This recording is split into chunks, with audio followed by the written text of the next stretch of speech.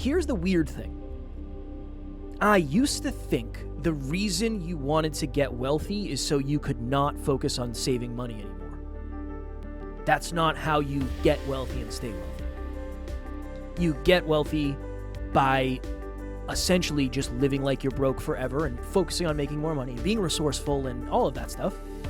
Some of that was just out of self-preservation and survival, and now what helped you survive now can help you thrive. And I feel like you and I's work ethic was built out of necessity, and we didn't choose that. I think we just had no choice. Either that or we were going to end up, having very minimal lives.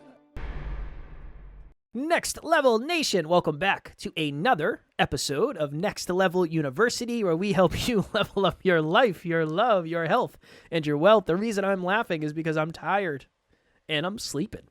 Today, for episode number 1955, why rock bottom isn't always a good foundation. Can we just have a moment? Ready? Yeah, what kind of moment? So for the long-term NLUinians, for those of you who are new, welcome. Welcome. For the longer-term NLUinians, we often talk about doing an episode a day, and we started with 1, and then 2, and then 3, and then 4, and then we bumped to 7. I think we went from 5 to 7, and the production team's amazing. We could never do this without them. Thank you, production team. Now, it's become fairly standard. We've been doing this for years, right? That's become kind of our new normal. Every now and then, I just got to be real. Oh, yeah. It blows. Tonight's one of those nights. Now is one of those, Dude, earlier before we recorded, it's been a day. It's been all day. Back to back to back to backs. Group coaching went awesome. Good. Lots of coaching. Clients, love you. I don't want to do this right now. But I think there's a lesson in that, which we weren't planning on in this episode, which is sometimes you just got to show up anyway because it'll be worth it. We're not going to break a almost 2,000 episode streak because we're a little tired and I was thinking of it. wigging out from our lights. You mind carrying the weight? I'll take off. I could try. That's not very confident. All right. Why are we talking about what we are talking about today? Alan and I were having a conversation. What kind of episode do we want to do? What are your thoughts? And we've been doing it a lot, especially recently, like the last year and a half, 2 years, where we talk about how there's a bumper sticker quote, and there's just so much underneath it that I think certain quotes only apply to certain people in certain ways at certain times. Nice. If you really think about it, what are the odds that you're going to be able to fit something in 15 words? Oh, let's say this. In 11 words, that's going to apply to the vast majority of humans. That thought that I have today is rock bottom is a good place to start, or rock bottom is a good place to build a new foundation. In construction terms, hell yeah. If you're building a house, you want a solid foundation, and rock bottom is probably the best one. In life, that shit sucks. And I think there are a lot of things that have to line up correctly, or that you have to line up in order to make rock bottom the place to build from. Oftentimes when I'm on podcasts, I tell my story, and my little one-liner is, not only did I hit rock bottom, I also found out rock bottom has a basement. And people get a little chuckle out of that because there's a little humor in the misery. And oftentimes I'll tell my story, and then people will ask questions on that. And oftentimes people say, what's the number one lesson you've learned from the podcast? Adversity can be your advantage if you know how to turn it that way. I can't tell you how to do it, though. I don't know. Now I think I have a deeper understanding. I think it's belief. I think that's the biggest one, is belief. I think the second one is circle people around you, because I wouldn't have gotten here without you. If I had somebody super negative in my life, it would have been way harder to get here for sure. Resources/resourcefulness, and we'll go into that. Love it. I think those are probably the big three, I would say. Yeah, those are strong. What do you think? Those are strong. What am I missing? What am I missing? And let me explain. While you think, let me explain. Those are the three. Resources. Not resources. Well, let's say resources. I'd like to put resources and resourcefulness. Resources meaning If you hit rock bottom and you have a family that can help you out financially, it's probably way easier to get back on your feet. Resourcefulness is you hit rock bottom and it seems like you have nowhere to go and nobody's there to help you. You figure out a way by messaging people you used to hang out with, messaging old boss, whatever. You're somebody who there's tenacity and you never stop trying and you're always getting creative and reaching out to people and that type of stuff.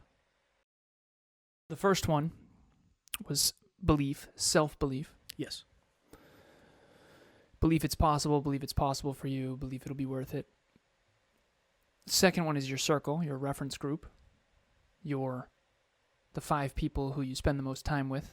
You are the sum average of the 5 people you spend the most time with, your community, your circle, family, friends, influences, known as your reference group. And the last one is resources/resourcefulness. I think I agree. What are we missing? Those are the big 3, I would say. Those are huge.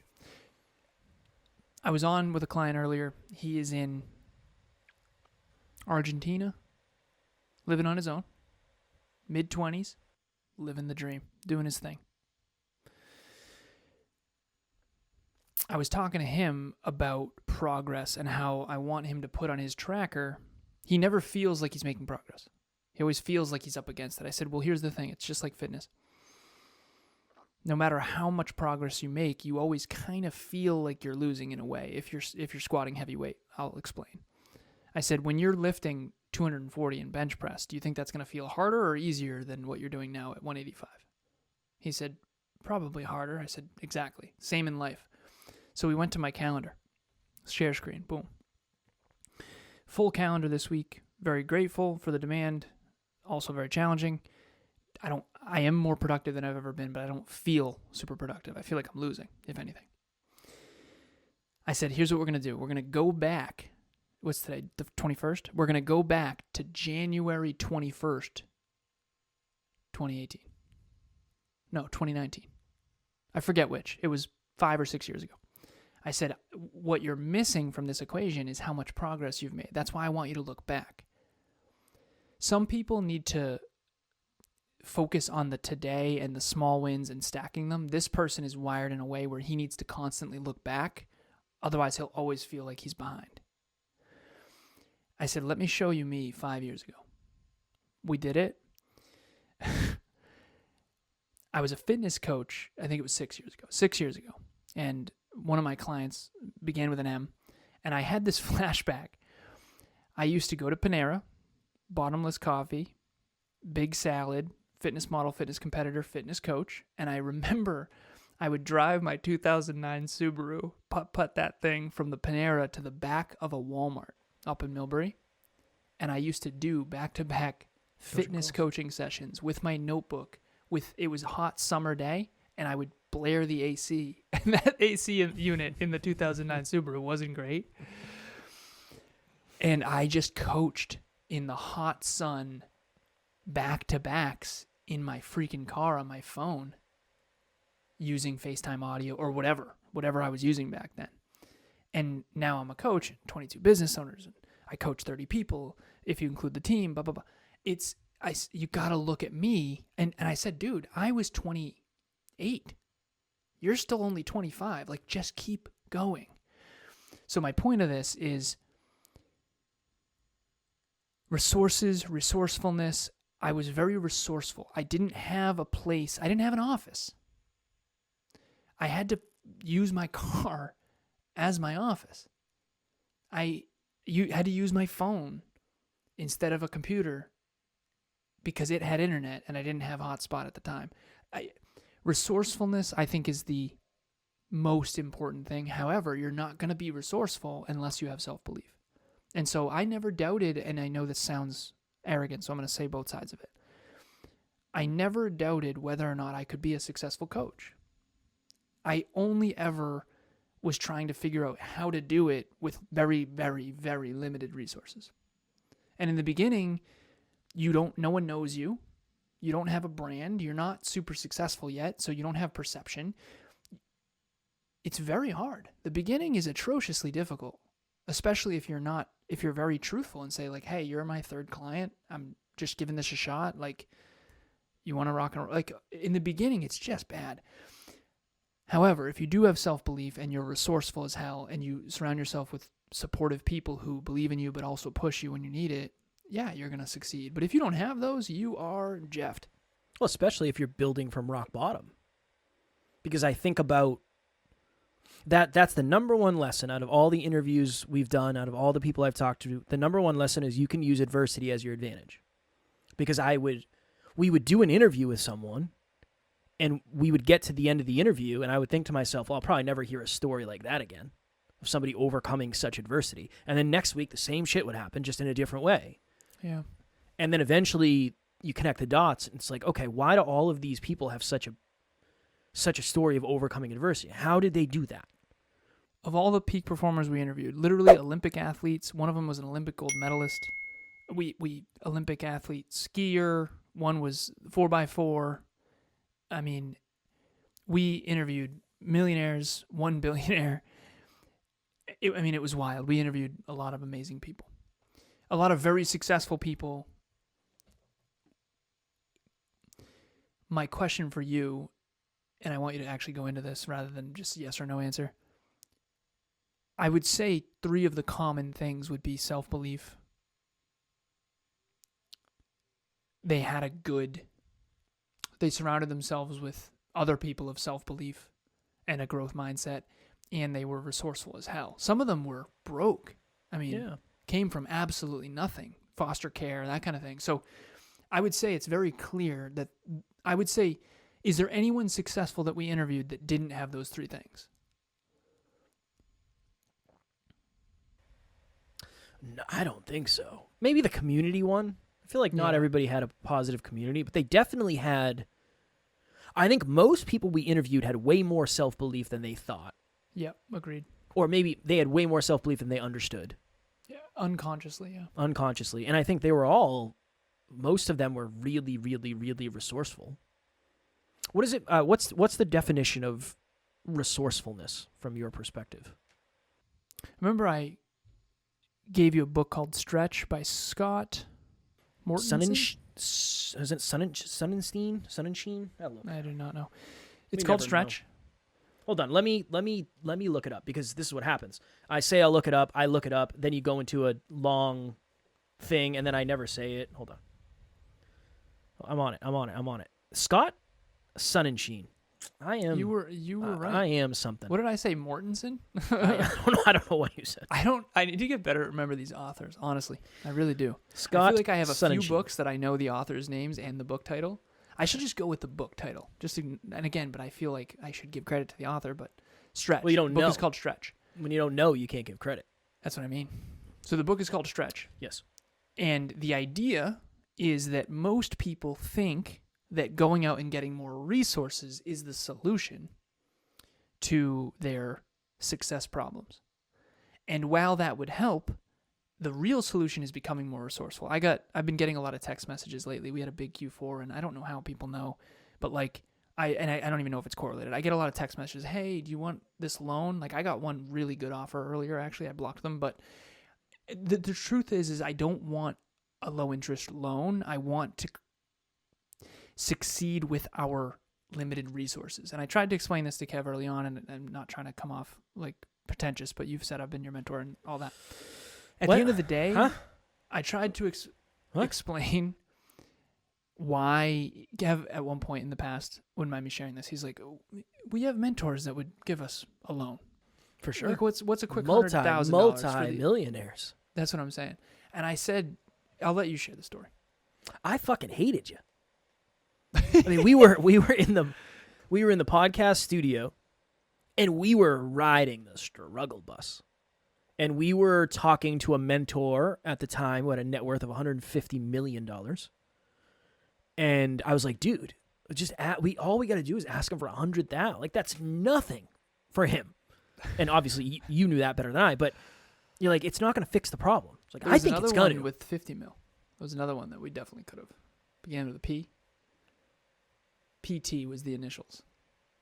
Yeah. No, he was 150. 150. He had 150 million net worth? Yeah, he had 150 mil. Oh, okay. That's Yeah, my at bad. least. It might have actually been. I think it might have actually been more. That's why I was like, Yeah. why not? What's a quick 100 thou? What's a quick 100 thou amongst friends? You believe in the mission. You believe in the mission. You All were right, a what's young. your new take on this? You were a young. We should have taken it for sure. Yeah, 100%. You were a young entrepreneur once, trying to figure it out. It goes back to what we were talking about with principles. Here's the weird thing. I used to think the reason you wanted to get wealthy is so you could not focus on saving money anymore. That's not how you get wealthy and stay wealthy. You get wealthy by essentially just living like you're broke forever and focusing on making more money and being resourceful and all of that stuff.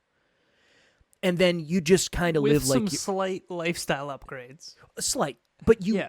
the goal is to always live broker than you actually are. Yeah. Of course. I thought the goal of making money is so you can fucking ball out. Like, that's the only reason. Now, I can connect wish it. you were joking. I'm not joking. I'm very serious. Now, maybe that's one of those things where if you have a relationship with money that isn't positive, you're like, Kev, that's dumb. I would love that. I understand. Let's put it from a relationship standpoint. If you think the second you get your dream relationship, you can stop doing all the things that got you your dream relationship in the first place, you're going to end up lonely and single probably. If you think, and again, I'm talking to myself as much as anybody else, so if it sounds like I'm talking down to you, trust me, I'm not. If you think that the only reason you do the things to get in shape is so once you get into the shape that you desire, you can stop doing all the things that got you in shape, that is a perpetual cycle of just chasing something that isn't real, unfortunately. Yeah. That is now my understanding that most things are principle based. I used to drive by a nice car and think to myself, I wonder what they're listening to in terms of music. What are they bumping? Now when I drive by a nice car, I think, what are they listening to, audiobook or podcast? Nice. I think about that all the time now. And it sounds probably kind of douchey. Like, I can imagine somebody hearing that and being like, it's kind of douchey. I know.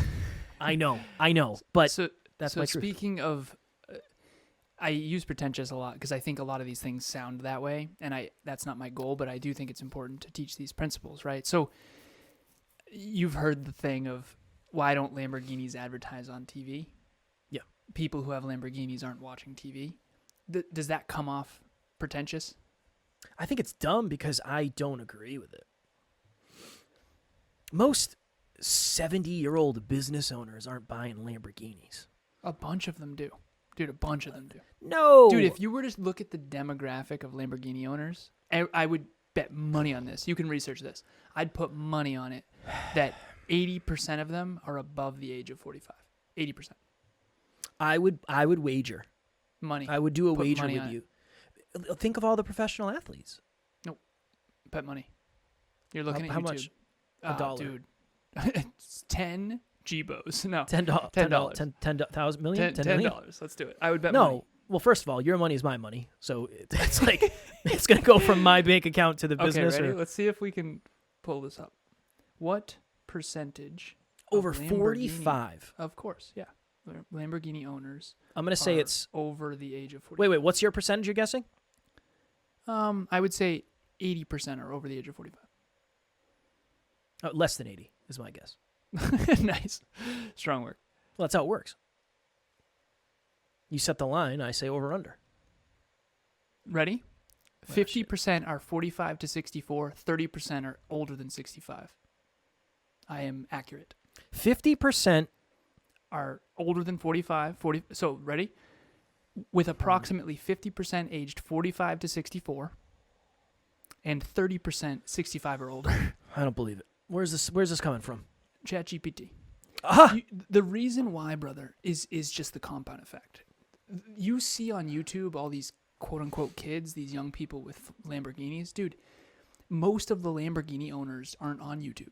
They are business owners from the past. But think about like all the sports people. But there's not that many people in sports. I mean, the NFL only has how many people? You're missing the mark on this. And it's okay. I'm not trying to be a dick. No, you are a penis, but it's okay.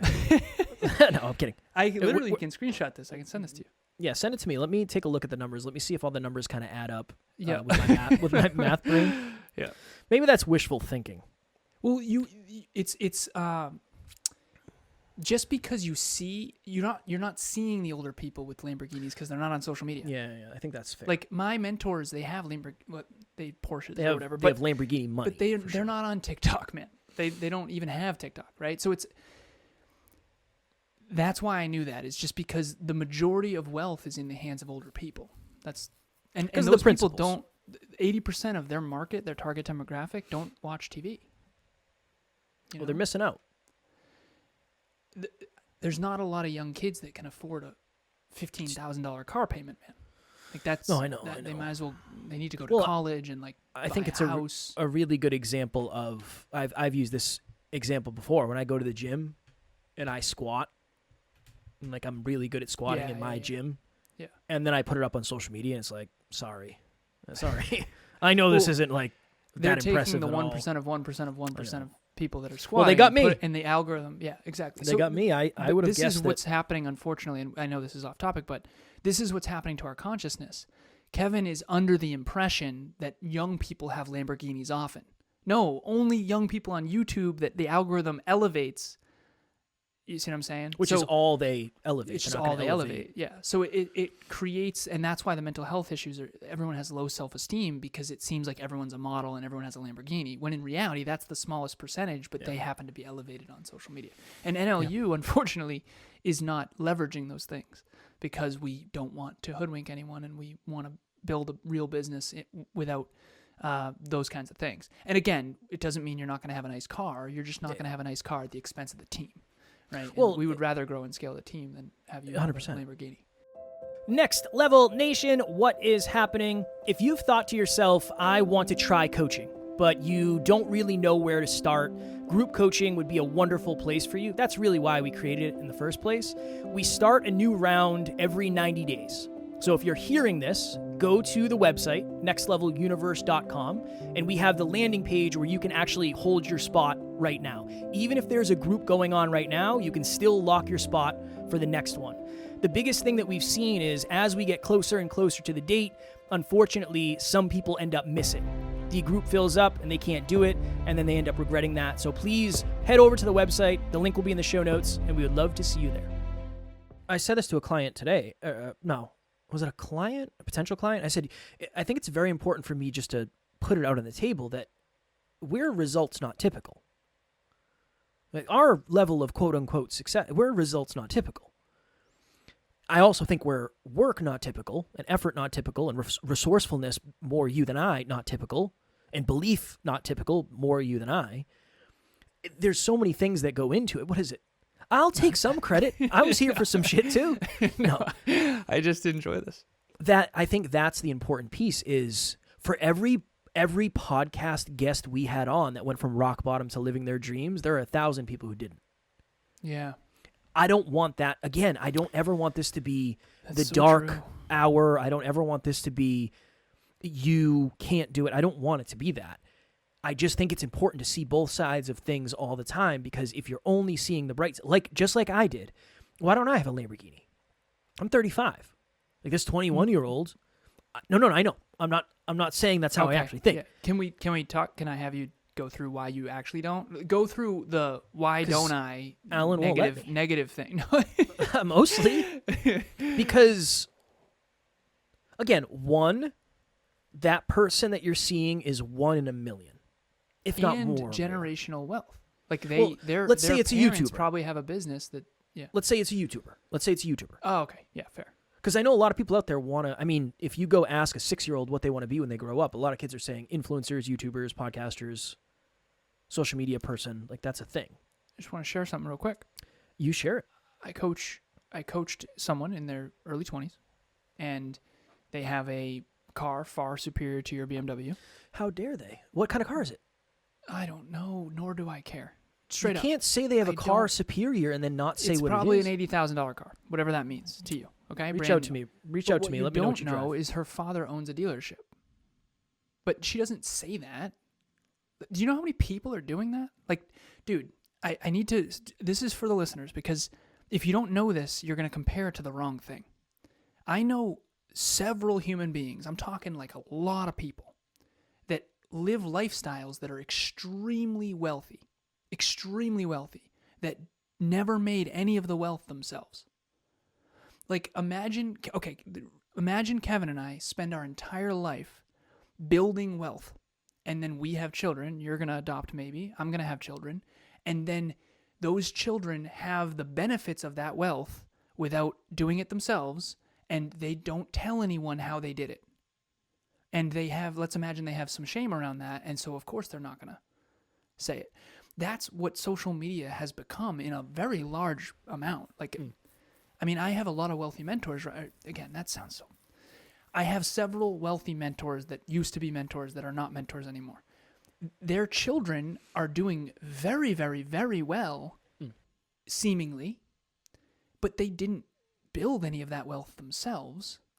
And I really wonder, like, I wish people understood how much wealth was built in the 90s. Like, if people knew how much wealth was built in just the 90s alone, it is insanity, dude. I have a client. We went through his numbers from 2001 to now. He's shooting for $2 million this year. Dude, the growth rate's not that big. It's just 23 years. Like, this is a doable thing, but you can't do it in 2 years. You literally can't. Like, Google is 28 years old. Apple's 48 years old. You can't build companies in 3 years with Lamborghinis unless you have generational wealth and or get a big loan from a mentor. Like, what if we had done that? You and I easily could have gotten loans from mentors and then bought Lamborghinis and then started a YouTube channel about cars and then not tell anyone and then pay back the loan and then not tell anyone that that's how we did it. We would have told people, though. Yeah. I'm just saying. I We would have know. told people, but other people are doing that without saying it. That's right? my dream. It's one of my dreams to have it. I don't want to do it the easy way. I know you I don't. like the hard way. You like the worst way. The worst way. You like the... I was talking to somebody the other day. I was talking to somebody today, and they're like, have you ever thought of doing it this way? And I was like, honestly, like, I appreciate it. It's not going to happen. We're going to do it the worst way. I thank you so much. I do appreciate it. I have thought about it. We're not going to do it. It's just not on the table. We can't. I'm not allowed to. I'm not allowed to do it. Thank you so much, but we can't. Okay. The point with that whole detour was it's a principle. I think it's a principle of all of those things together. And there's just something about... I have never quit, tattooed on my arm, never quit kid. And I've quit a lot of stuff, every job, almost I've ever had. There is something to be said. Again, there's another quote, you can never beat the person who never quits. It's like fairly accurate. It's something... I want to share something that I've never I'm not shared. fucking done yet. Tenacity. Tenacity is another one that might be worth adding, because belief is one thing, but belief without action is not necessarily constructive. If we had to add a fourth, it would be grit. Grit, yes. Grit or tenacity or persistence or hunger. I think grit. Drive. Grit. Grit. Grit's good. Drive. You have a lot more grit. You and I have never shared this on the podcast. I actually think it's really important. You and I came from no generational wealth. Quite the opposite. Yeah. So generational debt, maybe. Yeah. Well, I know it's playful, but like, you don't have like, your family doesn't have wealth. Like, they didn't build wealth. No. Same with mine. So when I say we came from nothing, I don't mean like, rags to riches. What I mean is we actually just didn't have money. Like, there was no generational wealth. Does that land differently now in this episode? No, I've always known that. But do you think other people know that? I don't know. Yeah. I mean, you and I have told our stories enough where I think I would say so. But I don't know. Does somebody, when I go through the drive-thru, does somebody... Yeah, I mean, in your BMW, I'm sure they don't think, oh, he, didn't have any... You know what I mean? I don't know. I never really think about that because there are some people, seriously, that like are born into wealth. Oh, for sure. There's like a lot of, actually quite a bit. Statistically, it's the smaller amount, but like there's like a lot of people. And those are the ones on social, for sure. Yeah. So yeah. I wonder if that's talked about enough. It's certainly not talked about by the people who are. I mean, it's understandable, right? If you feel like it gives you a leg up, the last thing you're going to want to do is just put yourself back down. Yeah. And that takes, think about it. That person I was talking about with the dealership, she's awesome. I love coaching her. Mm-mm. Like, I don't think she's a bad person or anything like that. I just think it's a little bit frustrating sometimes when I know people are comparing to her and it's like, you're in your early 20s and it looks like you're rich. And the truth is you're not. Your family is, you know? And I think that I wish more people knew that. I think that would help people's self-esteem, you know? Well, it's hard because in order for, I won't talk about, I don't know who this person is, so I don't want to talk about them specifically, but imagine how much self-belief you have to have a head start and then admit you have a head start. I feel like that's a different level of self-belief. Yeah. And self-worth and resourcefulness and community. If you're surrounded by people who get jealous of that, it's like, I can understand why you wouldn't, for sure. I can understand why you wouldn't. I didn't have a choice. Neither did you. That's interesting. That's hard to contemplate because it's like I didn't. But when I remember when my stepdad left, we did well before that. Yeah. Like we had a yacht. Like, and I never told this on this podcast or I haven't in a long time, but when my stepdad left at 14, he literally took, I say 90%. He took all the income pretty much with him. My mom was a stay-at-home mom. And she worked as a lunch lady on as part-time, and she was home during the summers. My stepdad made 95% of the income, and he worked for a company called AGFA. They did hospital computers during the 90s, the dot-com bubble. I mean, I remember it was wild. Imagine computer era hospitals, integration, digital. I mean, it's a big deal, right? You can't lose in riding a big wave like that, so to speak. And you can research this. Research the 90s dot-com bubble, and it will show you everyone just made a bunch of money, right? And he left when I was 14. He got the yacht and the apartment building. We got the house and the dog, and my sister moved out, and it was us without how are we going to keep the house and the family? And I'm 14, so I went to work. I was a bus boy and a car kid, and my mom did what she had to do. She got her Class B license, and she drove for the newspaper, and the newspaper went out of business. And so at the end of the day, we used to playfully call her a mother trucker. Playfully. She said it, not me. She said it. She was a truck driver, right? And I just had to bootstrap my way to get to college. Like I wasn't going to be able to go to college if I didn't get really good grades. And my college was $50,000 a year, and you don't just like go to that school. I mean, when I went to college, dude, I remember it was like a lot of rich kids, and it was like, oh, you guys don't have grit like me. Like this is different. You guys are fine. I'm screwed if I lose this scholarship. It was so different for me, and I partied a lot, so that wasn't smart. But like, I guess, I don't think about it that often, but what seems like detrimental short-term can be long-term advantage if it develops work ethic and grit and humility and tenacity and you surround yourself with the right people. Like you always used to say, I had to say goodbye to the people who didn't believe in me. I didn't believe in my fucking self. Facts, yeah. And so some of that was just out of self-preservation and survival. And Most now of what helped you survive now can help you thrive. And I feel like you and I's work ethic was built out of necessity. And we didn't choose that. I think we just had no choice. Either that or we were going to end up, having very minimal lives. Yeah. So. I've told the story before of when I got the job in weatherization, the job that I made a lot of money doing. The call I got from my boss when it was like, hey, it's time, you're on, we got a job. I literally was walking out of the movie theater. I don't even know how I afforded the tickets. Like I had $0. I was broke as shit waiting for this job. And then I got into a car with him. I met him for the second time. This is the second time I ever met him. And we drove, I don't remember, I think it was like maybe 12 hours from Boston to Wilmington, Delaware. And then I moved into a house with 5 other strangers that I had never met. And then I proceeded to do a job that I had never done before. And it was the weirdest shit ever. It was but there, for lack of better phrasing, is there really wasn't any other option. Like, it didn't matter that I know. Yeah. People say, like, what does your family think? It didn't matter. What am I going to say? Yeah. No. I'm going to turn down $50 an hour to go do this thing. I don't know what's going to happen. I don't know what I'm doing. And I remember the first week when I went to get groceries, all I could afford was deli meat, bread, chips, and I think I might have balled for diet soda.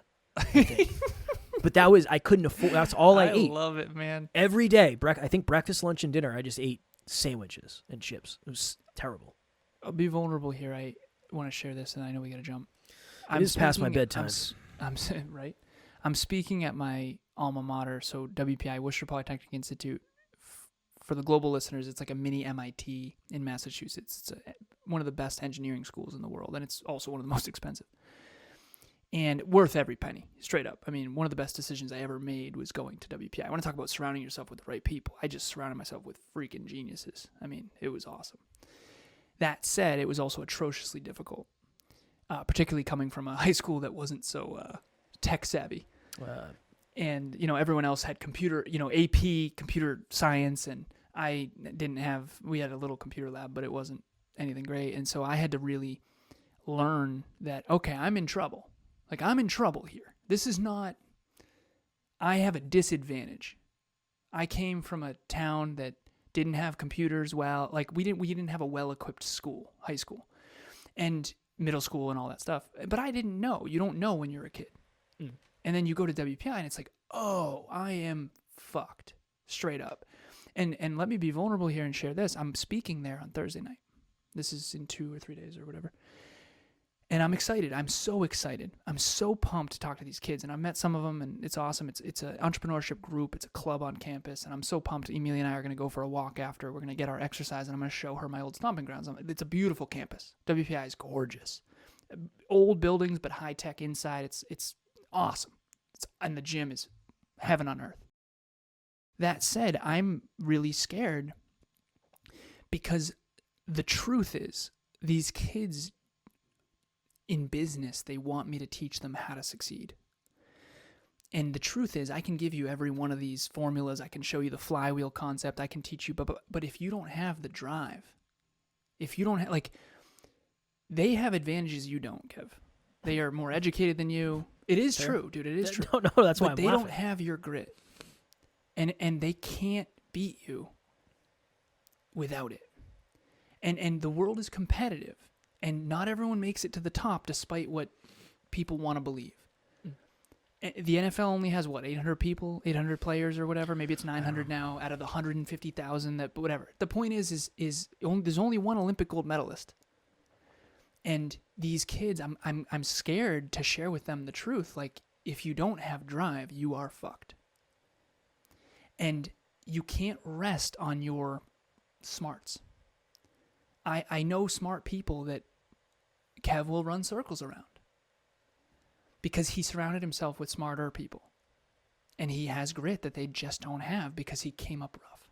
Mm. And for the people who came up rough, I'm going to share with them they have an advantage. For the people that didn't, which is, again, WPI is a very expensive school. A lot of them came up very soft, for lack of better phrasing, and with very many leather-bound books. They're in trouble if they don't work on the grit part. Well, I'm sure you will crush it. Thank you, brother. And those are your people. If you want, I can come in, tell my story, kind of rally the troops. I've never been in a college like this before. So I've only been in one college actually before. This is my second college. It's kind of a big deal for me. I'll walk you through my story, how I built a business with my bare hands. Kind of what it's taken. For free, too. I won't even charge. I won't even charge you. No, I'm sure you'll crush it. Can I sleep in one of the dorm rooms? Yeah, let me see what this life's all about. Let me try the calf, all that stuff. Yeah, it's very interesting because, again, the other quote is, "What doesn't kill you makes you stronger." It's like, that's just dumb. It's just dumb. For some people, if you have self-belief. There's and got to be a resourcefulness. little asterisk for the people that make it.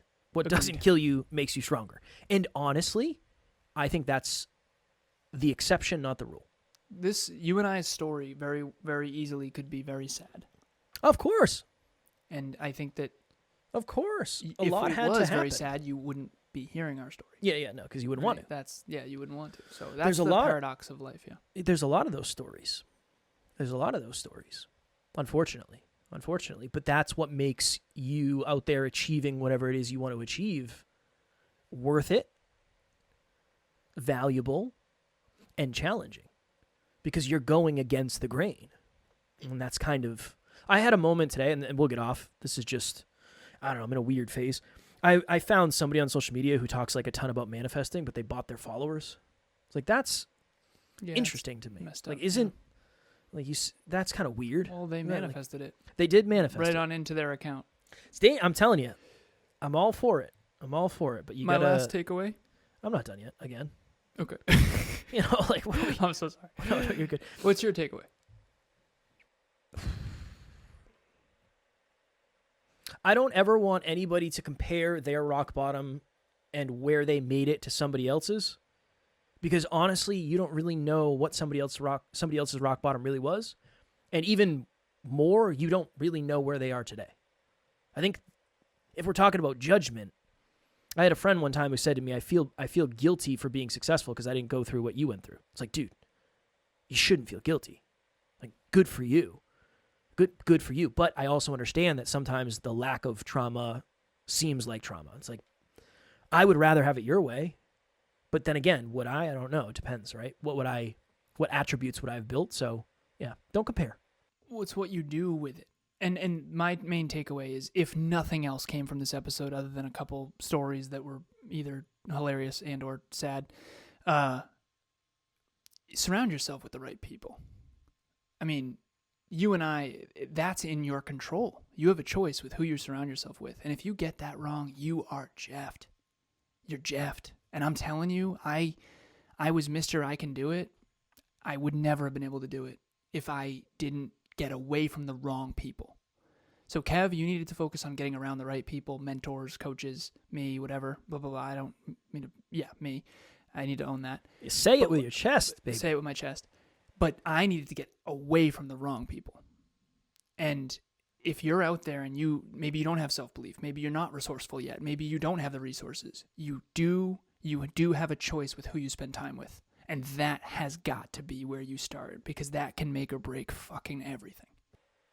A good episode for the future might be, is it hard? What's harder, getting around the right people or getting away from the wrong ones? Actually, I kind of have that written down, and we were going to kind of do an episode on that, but it's deep. After a long day, sometimes it's hard to go into those types of deep, emotional kind of episodes. But we'll do that in the future. I'm the reason we didn't do it. And I think we're both biased. I think it's harder to get away from the wrong ones, but of course I would. I think it's easy as shit. You just stop answering the text messages. They go away. That's it. Simple. Simple. We're both biased. One was course. easier for me, and one was easier for Kev, yeah. So that'll be good. Well, we'll do an episode. Well, I guess that's the episode. That's it. So that's like a preview of the episode that won't happen, because now you know exactly what the episode would be like. And I'm teasing. It's not. Neither one is easy. There's so many things that are wrapped in each of those. All right, we're going to let you go so we don't take up your entire day. As always, we love you. We appreciate you. We're grateful for each and every one of you. And at NLU, we do not have fans. We have family. We will talk to you all tomorrow. Stay next level. Next Level Nation.